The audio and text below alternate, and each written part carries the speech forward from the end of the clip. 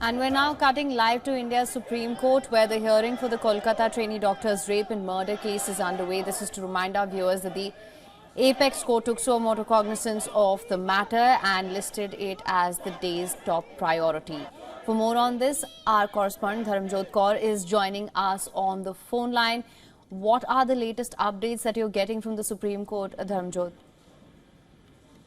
Well, at the moment, we're currently listening in to the entire proceeding that's undergoing in the Supreme Court right now. We just listened to the Chief Justice of India take suo motu cognizance of the case after we heard the lawyers asking what, for the CJI to lay out basically what the framework was in terms of the concerns regarding the entire incident that has taken place.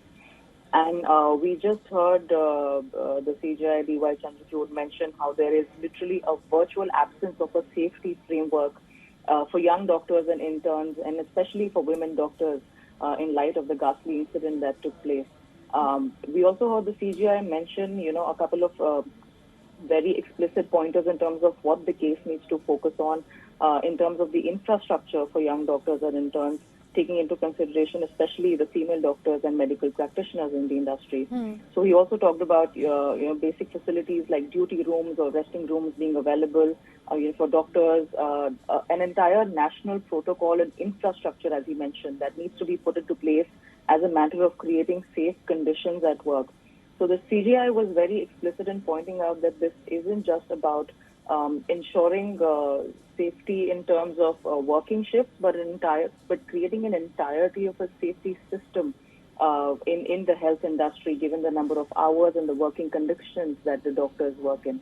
Right. Now, just as a reminder, this plea was filed by the Federation of the Resident Doctors Association, but we're also hearing that other medical associations, including the Indian Medical Association, is wanting to come on board in this case.